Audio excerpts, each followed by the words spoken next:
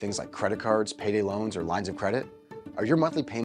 À ce moment, c'est l'opportunité pour le Canada d'une façon globale. Et on doit être unifié, on doit être fort ensemble comme un pays à cause de toutes les choses qui se passent, cette incertitude au moment. On ne devrait pas contribuer à l'incertitude économique et sociale. C'est le temps de se fortifier tout ensemble comme un pays uni avec chaque province, des provinces avec des cultures et des identités distinctes qui sont traitées d'une façon distincte, mais comme partie d'une équipe et d'une fédération, parce que quand on se rend à des autres pays, on doit être unifié et nous sommes certainement plus forts ensemble. C'est être unis, cette union qui fait la force pour nous autres. Alors, le Nouveau-Brunswick aimerait voir un Québec comme un bon voisin, un bon partenaire, partie du Canada. Good afternoon. Émilie Bergeron from La Presse Canadienne. Premier Ford, I wanted to hear if you agree with what Prime Minister Carney said yesterday, that almost nothing is normal in the United States right now. Do you agree? Well, I agree with them. I think the whole world is watching that, including Americans. Make no mistake about it. We love Americans. We love the U.S., and I know Americans love Canada. And it's unfortunate President Trump has taken this avenue that he's going down.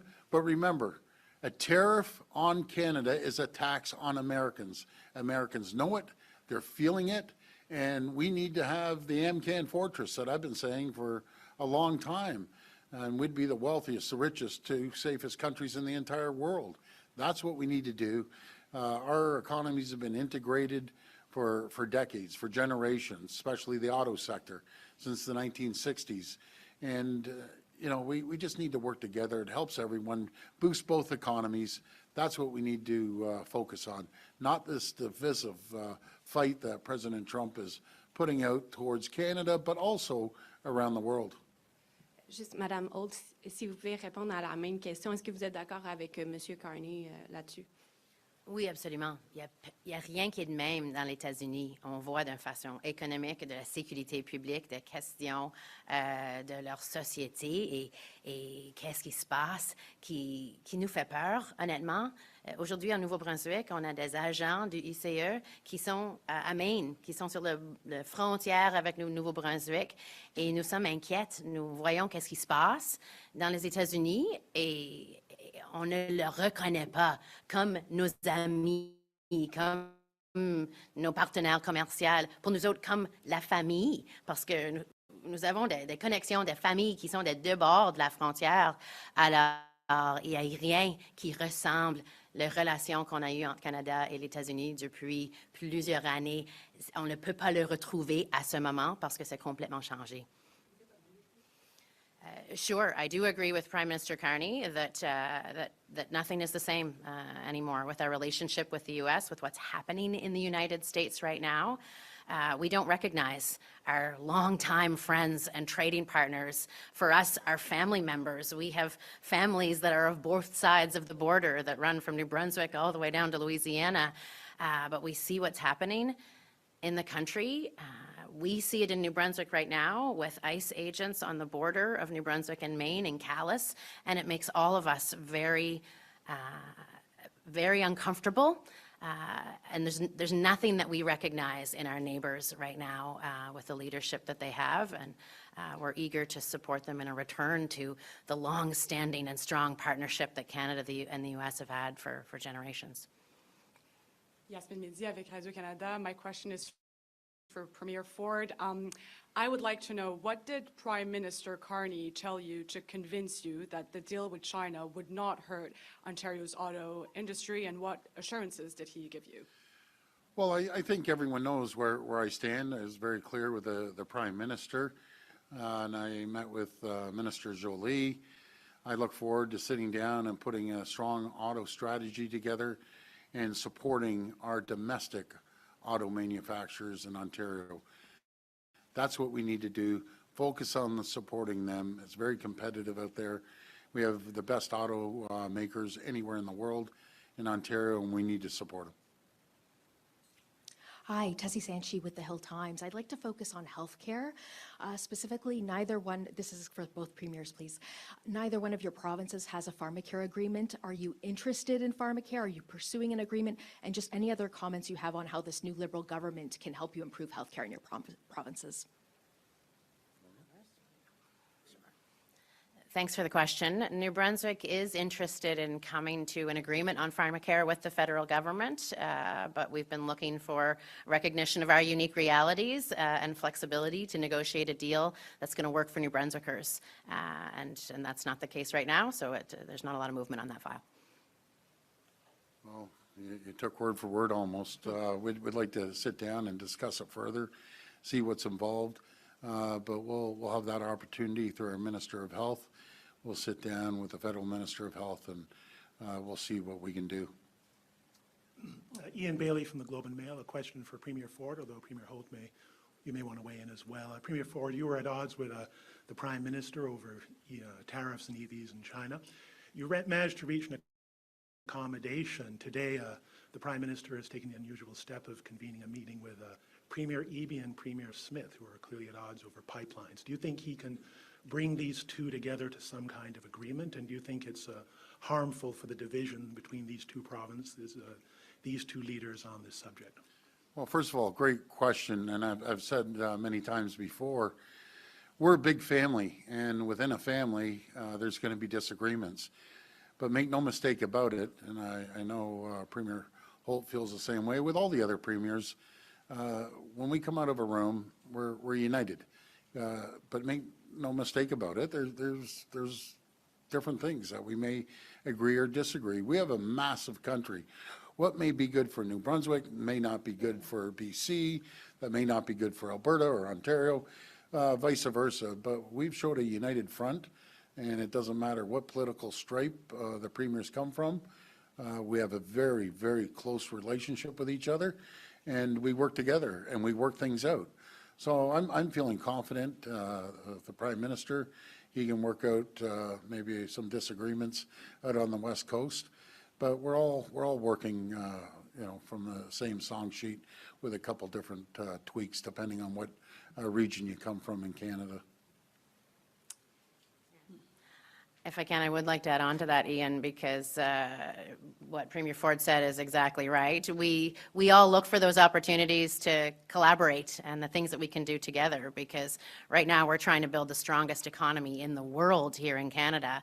And for New Brunswick, that means a real interest in getting things like a natural gas pipeline from Quebec City through to an LNG terminal in St. John that's just waiting to be fully utilized.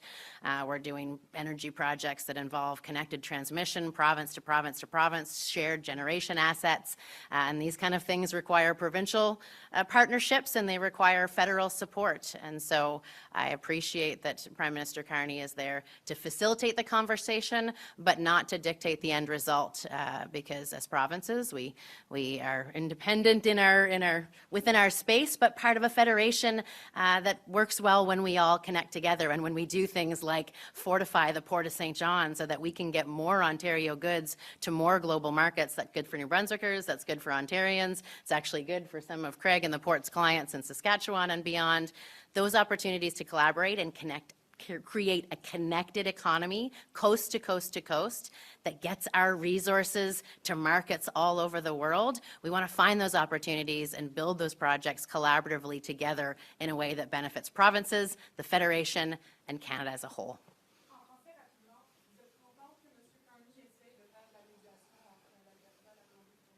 Oui, absolument. On apprécie parce qu'il y a un rôle pour le gouvernement fédéral à jouer, certainement pour nous autres, quand on considère l'objectif d'avoir un pipeline qui va de la ville de Québec, passer par Rivière-du-Loup, passer au Nouveau-Brunswick, puis se rendre à Saint-Jean pour le terminal LNG.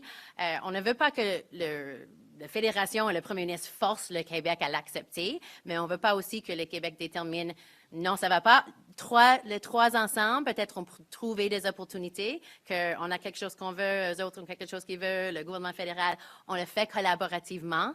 On cherche les moyens pour fortifier le pays et nos opportunités internationales puis globales. Parce que ceci, c'est le moment. C'est le moment où le Canada doit changer notre position, virer d'un bord international avec l'Europe, avec l'Asie, avec l'Afrique. Et on doit le faire ensemble. Alors, quand on fortifie nos connexions nationales d'un bord à l'autre, on donne une opportunité d'être compétitif de façon globale au moment où c'est le plus important. Hi, this question is for Premier Ford. Stephanie Taylor with the National Post. As a Conservative, what number do you think Mr. Poilievre needs to get at his leadership review? And in your assessment, is he the national leader that Conservatives need right now? Well, I'm really focused on Ontario. We're having our convention the same time they are. So I'm focusing on this weekend, getting the message out to our progressive Conservative base in Ontario and telling them the plan, how we're going to protect themselves, protect the jobs in their communities. That's what I'm going to be focused on. Good luck at the federal Conservative convention, but that's going to be up to them to determine if they want to move forward with Pierre Poilievre. Good afternoon, Boris Proulx, Le Devoir. My question is for Premier Ford. You just mentioned the election in 2026 of independence, movement in Quebec, a catastrophe. Do you trust Mark Carney is the right person right now to advocate for Canada, to be Canada's captain, or do you see yourself having a role, if any, in 2076 regarding that? Well, I look at it that all premiers have a role. If we go back in time, the federal government last year at this time was pretty well falling apart. All the premiers stepped up. We went down to Washington, had some good meetings down there as a united group, and we carried the ball. Now, the Prime Minister, it's his job to make sure that we have a united country, that he's out there selling Canada, but it's also our job as provinces and territories to do the same thing. It's a Team Canada approach, and I think we're going to have a better year. I'm feeling positive compared to last year, with the government basically falling. Trump just got sworn in. He was attacking us, and we were all, at the time, the whole world's kissing his backside. But now we know President Trump's rules. There are no rules with him. So we need to focus on what we can do, no matter, I'll speak for Ontario, making sure that we expand our nuclear capacity and also our critical minerals, our rare earth minerals. And many provinces have nuclear, as New Brunswick has. And we work closely. OPG works very closely with New Brunswick's nuclear experts. And we're a powerhouse around the world. So we have to make sure that we continue building the small modular reactors. And we have quite a few orders for that. And I know the Americans need our energy, and they need the critical minerals. So let's hope we can get a deal signed for the CUSMA, USMCA, whatever you may want to call it, and start moving forward and give us some certainty. Madame Holt, sur Mark Carney, Capitaine Canada. Je pense qu'on a vu ce que Mark Carney a fait cette semaine sur la scène internationale, a positionné le Canada pour attirer de plus en plus de partenaires et des alliés, des opportunités commerciales. Et comme le premier ministre Ford a dit, nous autres, on a des minéraux critiques au Nouveau-Brunswick. On a 21 des 34 minéraux critiques du Canada et on ne veut pas les vendre en Chine. On veut les vendre à nos alliés et on veut les utiliser pour faire croître notre économie. Carney est là, créer des opportunités, de nouveaux échanges commerciaux avec plusieurs pays, une équipe d'achat pour nos minéraux. Ça nous aide. Et moi, le travail qu'il fait pour nous donner l'opportunité de faire des partenariats comme le Nouveau-Brunswick et Ontario de façon d'énergie nucléaire. On a quelqu'un qui gère notre pays de façon qui regarde ses atouts et ses forces et qui nous donne de l'investissement et de l'appui pour le faire d'une façon avec de l'investissement privé et avec des partenariats régionaux, interprovinciaux. Alors, je pense qu'il fait un travail important dans ce moment d'une façon globale. C'est bon pour le Canada, c'est bon pour le Nouveau-Brunswick. Hello, I'm Aya with iPolitics. My question is for Premier Ford. Do you still think a deep-sea port on James Bay is a viable idea, given that things are going well with Port St. John and that the federal government voiced support for Churchill in Manitoba? Yeah, I think more ports, the better. So I'm in favor of all ports, and including the one that we're proposing. But we have other priorities as well, making sure we build out our nuclear, support the road to the Ring of Fire, building homes, and helping the auto sector. So those are some of the other areas that we need to focus on in Ontario.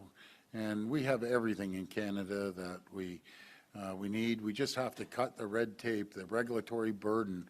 I've always said to our team, and I've said it to our federal counterparts, faster, quicker, immediate. It's first out of the gate. We're in a world competition. It's like the World Olympics in the economy, and we have to get out there.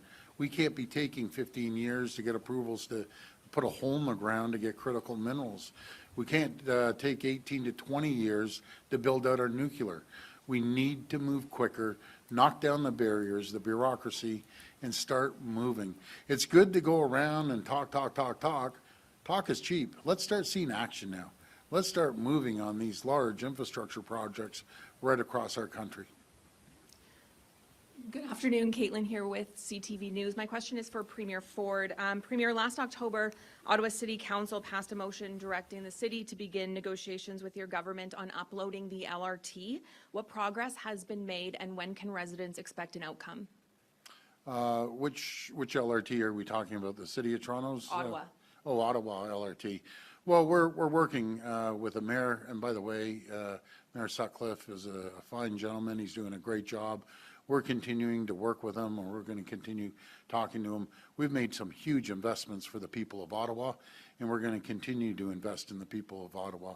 I think the last deal was about $700 million, uploading a highway and giving them quite a few other things that they need, and we'll be there to support them on the LRT as well. Thank you, Premier. Marco Vigliotti with QP Briefing. I just wanted to go back to an earlier response you had about Mark Carney and his position as being Captain Canada. I understand that you're saying the context is a lot different than it was in early 2025, but you certainly have not been quiet about, your demands or your kind of issues with some of the trade discussions we've seen so far. So I'm just wondering, considering, we're going to have that CUSMA review start over the summer, are you reconsidering how vocal you are, or how are you going to be when it comes to trade issues with the United States in particular? I'm going to continue defending Ontario and Canadians right across the board. I'll continue being vocal as well, no matter if it's on American networks or going down there. I was pretty vocal when I went to see Governor Holt making a energy deal with her. She's a great governor, and other governors I speak to.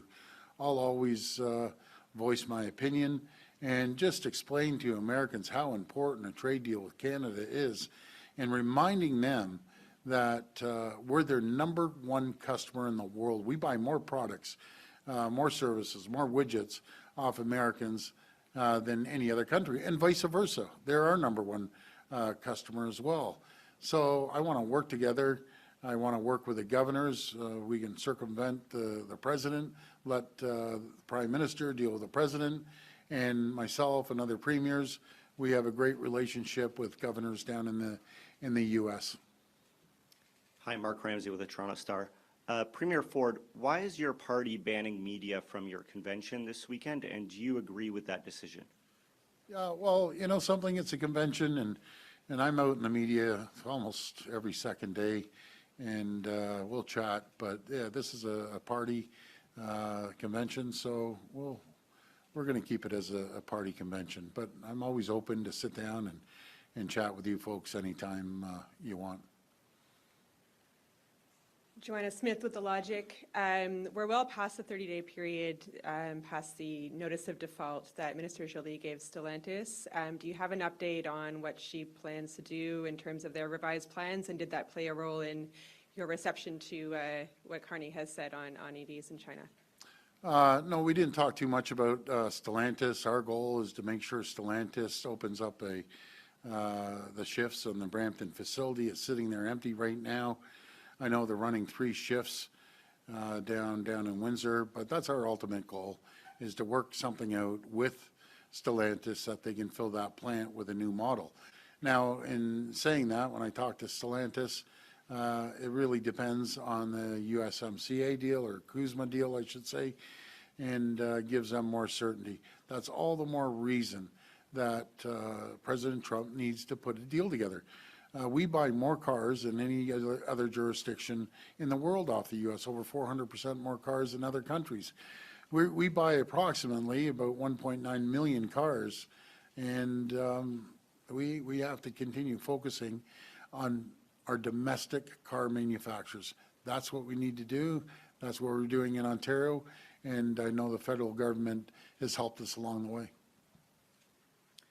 Sergio Vargas with Global News. Premier Ford, Premier Canoe recently invoked the Team Canada approach, asking you to hold back on pulling Crown Royal from Ontario's liquor stores. One, are you still looking to move forward with that move, and are you planning to meet with Premier Canoe on this issue? Yeah, I have an incredible relationship with Premier Canoe. He's a good pal of mine. He's doing what any other premier would do, try to protect his jobs, and I'm doing what I should be doing for Ontario, protecting our jobs. I put an olive branch out to Diageo. Show me how you're going to replace those 200 jobs. I won't have a problem. It's all about protecting the people. It's protecting their jobs, protecting their livelihoods. You know, generations have worked in that plant. And when you go into a small town and you close that plant down, that affects the community in a big, big way. So we're going to continue working to see if we can resolve this with Diageo. Hi, Premier. Kyle Duggan from the Canadian Press. The federal government has a 25% tariff on wind towers right now. I'm curious if either of you are concerned about how this could affect wind development in your province or the future energy mix. Well, we're going to do a little mixture of everything. We're really focused right now on the nuclear expansion as well, but yeah, we'll see how that goes. But my key focus right now on energy is nuclear. But I got to give a shout out to Minister Lecce. He's the Minister of Energy, Minister of Mining. He's like the Energizer Bunny, and he's going full steam on our build out. But it's going to be a diverse build out, by the way, too. This will be the last reporter. Hi, Premier Ford. It's Tom Perry with CBC. I just wanted to ask you, just go back to an earlier question. Sure. Did the Prime Minister offer you any kind of assurances on this deal to bring Chinese EVs into Canada? Because it sounds like you've still got some pretty deep concerns about that. Well, I appreciate that, Tom. I don't get into personal details, but at a high level, we had a great conversation with the Prime Minister and Minister Jolie. She's handling that file. And it's all about making sure that we protect our domestic manufacturers, put money in there to support them.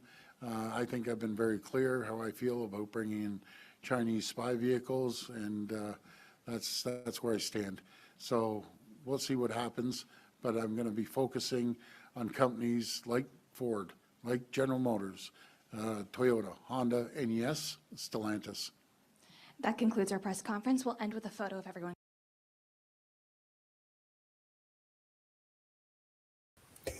We'll be back.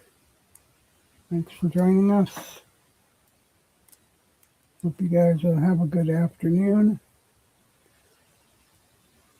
Give a like, follow, and subscribe. Don't forget to turn on those notifications. Stay up to date. Have a good afternoon.